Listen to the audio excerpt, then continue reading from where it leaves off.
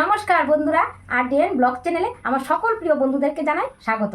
তো বন্ধুরা, আপনারা সবাই তো পাকা আমের আমসত্ত্ব খেয়েছেন, কিন্তু এরকম কাঁচা আমের আমসত্ত্ব কি আপনারা কখনো খেয়েছেন? যদিও খেয়ে থাকেন তাহলে অবশ্যই কমেন্টের মাধ্যমে জানাবে। তো আমার বাড়িতে আম গাছ আছে, তো আমি সেই আম গাছ থেকে দুটো কাঁচা আম পেড়ে এনে আমি আজ আমসত্ত্ব বানাবো। তো চলুন বন্ধুরা, আমি এখন আমার বাড়ির আম গাছ থেকে আম দুটো পেড়ে নিই। এই হলো আমার বাড়ির আম গাছ। এই আম গাছ থেকে আম পেড়ে নিয়ে আমি আজ আমসত্ত্ব বানাবো। তো আপনারা সেই ভিডিওটা দেখতে থাকুন, কাঁচা আম দিয়ে আমসত্ত্ব কীভাবে বানায়। এখন আমগুলিকে আমি পেড়ে নিচ্ছি। আমি বেশি আম পারবো না, ভিডিও করবো, তো তার জন্য দুটো আম দিয়ে পারলেই আমার হয়ে যাবে। দেখুন, এই যে হলো আম। বন্ধুরা, আমি তো গাছ থেকে দুটো আম পেড়ে নিয়ে এসেছি। এই দুটো আম দিয়ে আমি কাঁচা আমের ঝাল মিষ্টি টক আমসত্ত্ব বানাবো। তো চলুন বন্ধুরা, দেরি না করে এখন আমি কাঁচা আমের আমসত্ত্ব বানানোর জন্য মাঝারি সাইজের ছোট্ট দুটি আম নিয়েছি। এখন আমগুলি খোসা ছাড়িয়ে ছোট ছোট টুকরো করে কেটে নিয়েছি। গ্যাসের মধ্যে একটি কড়াই বসিয়ে নিয়েছি। আমগুলি খোসা ছাড়িয়ে নিয়েছি ছোট ছোট টুকরো করে। সেই আমগুলি এখন কড়াইয়ের মধ্যে দিয়ে দিচ্ছি। কড়াইয়ের মধ্যে দিয়ে সামান্য পরিমাণ জল দিয়ে দিচ্ছি। এবার আমগুলিকে ঢেকে দিচ্ছি। তো 5 থেকে 7 মিনিটের মধ্যে আমগুলি সেদ্ধ হয়ে যাবে। আর গ্যাসের ফ্লেমটা মিডিয়াম ফ্লেমে রেখেছি। তো বন্ধুরা, 7 মিনিট পর আমি আবার ফিরে আসছি। মিনিট হয়ে গেছে, এখন ঢাকনাটা খুলে দেখি। দেখুন কি সুন্দরভাবে 5 মিনিটের মধ্যে সেদ্ধ হয়ে গেছে। আমি একটা খুন্তি দিয়ে নেড়ে নিচ্ছি, আর একটা তেঁতুনি সাহায্যে আমি এটাকে পেস্ট করে নিচ্ছি। দেখুন, নেড়ে নেওয়াতে সুন্দরভাবে আমের পাল্পগুলি নরম হয়েছে। এখন আমি এটাকে ছেঁকে নিচ্ছি। এটা চালনির সাহায্যে ছেঁকে নেব। তো এখন চালনির মধ্যে ঢেলে দিচ্ছি।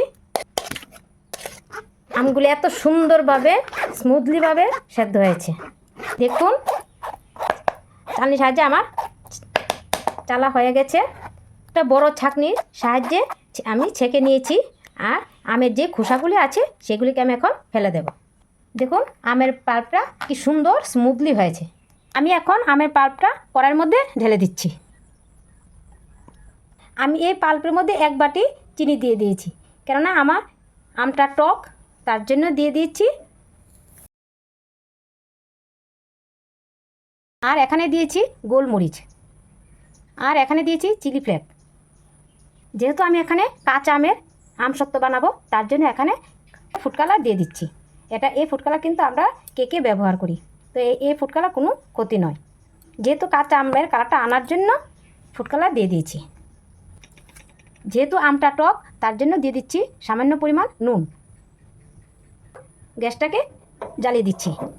সবগুলি উপকরণ এখন মিশিয়ে নিচ্ছি। তো বন্ধুরা, যদি আপনারা মিষ্টি আমসত্ত্ব খেতে চান তাহলে কিন্তু চিলি ফ্লেক্স আর গোলমরিচের গুঁড়োটা না দিলেই হবে। তো আমটা টক, আমি ঝাল টক মিষ্টি আমসত্ত্ব খাবো, তার জন্য এখানে চিলি ফ্লেক্স দিয়েছি, আর গোলমরিচ দিয়েছি, চিনি দিয়েছি, নুন দিয়েছি।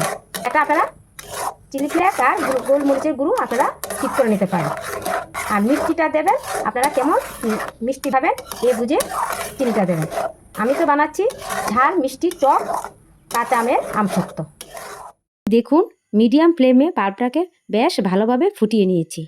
আর এই পাল্পের মধ্যে একটু আঠালো ভাব এসে গেছে। আর এটা একদম পারফেক্টভাবে কুক হয়েছে কিনা এটা চেক করার জন্য একটা বাটি বা প্লেট এভাবে নিয়ে 1 ড্রপ আমের পাল্পটা দিয়ে এভাবে বাটিটা কাট করবেন। যদি ড্রপটা একই জায়গায় থাকে তাহলে বুঝতে হবে এটা পারফেক্ট হয়ে গেছে। এবার ফ্লেমটা বন্ধ করে দিয়েছি, নামিয়ে নিয়েছি। আর এখন নিয়েছি একটা স্টিলের থাল। আর স্টিলের থালের মধ্যে সামান্য পরিমাণ তেল মেখে নিচ্ছি। তেল দিয়েছি, এখন তেলটাকে একটা ব্রাশের সাহায্যে মেখে নিচ্ছি। এখন স্টিলের থালের মধ্যে আমের পাল্পটা ঢেলে নিচ্ছি।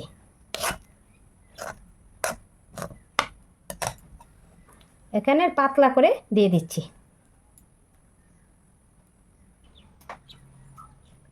দেখুন, পাতলা করে দিয়েছি। যে কড়া রোদ, এখন এই রোদ্রে শুকিয়ে যাবে। শুকোতে 1 দিন লাগবে। যদি রৌদ্র না থাকে আপনারা কিন্তু এটা পাখার বাতাসেও শুকিয়ে নিতে পারবেন। 1 দিনের মধ্যেই শুকিয়ে যাবে। আবার দেখা হচ্ছে 1 দিন পর। ফিরে আসলাম। তো দেখুন, আমার কাঁচা আমের আমসত্ত্ব কি সুন্দরভাবে শুকিয়ে গেছে, আর কি সুন্দরভাবে তৈরিও হয়ে গেছে। এটা দেখুন, দেখুন দেখুন বন্ধুরা, কাঁচা আমের আমসত্ত্ব ঝাল মিষ্টি টক। আমি এখানে ঝালও দিয়েছি, মিষ্টিও দিয়েছি, আবার আমটাও আমার টক, তো ঝাল মিষ্টি কাঁচা আমের আমসত্ত্ব তৈরি হয়ে গেল। এটা দোকানের মতন পারফেক্ট আমসত্ত্ব হয়েছে তো, তা কিন্তু অবশ্যই কমেন্টের মাধ্যমে জানাবেন। কিন্তু আমি এটা পাতলা করেছি কেননা ভিডিও করার জন্য। তো আমসত্ত্ব কিন্তু আপনারা রোদ দিতে হবে এমন কোনো কথা নেই, ঘরে ফ্যানের বাতাসেও আপনারা শুকিয়ে নিতে পারবেন। তো আমি রোদে দেয়নি, আমি ঘরের পাখার বাতাসে আমি আমসত্ত্বটা শুকিয়ে নিয়েছি। আপনারা ইচ্ছা করলে কিন্তু আরও ভারী করে নিতে পারেন। তো দেখুন, আমি এখন আপনাদেরকে কেটেও দেখাচ্ছি। সুন্দরভাবে আমসত্ত্বটা তৈরি হয়ে গেছে।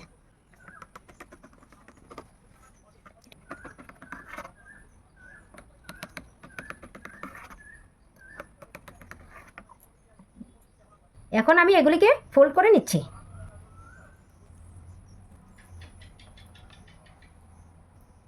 দেখুন কি সুন্দর ফোল্ড হয়ে গেছে।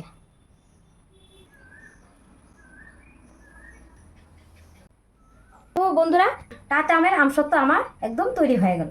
তো দোকানের মতো হয়েছে কি না তা আপনারা বলুন তো। আমার সেই কাঁচা আমের আমসত্ত্বটা কেমন লেগেছে তা কিন্তু অবশ্যই কমেন্টের মাধ্যমে জানাবেন। ভালো লাগলে লাইক শেয়ার করবেন, আর হ্যাঁ, আমার এই ছোট্ট চ্যানেলটাকে সাবস্ক্রাইব করতে আপনারা ভুলবেন না। আপনারা সবাই ভালো থাকবেন, সুস্থ থাকবেন। ততক্ষণের জন্য বাই।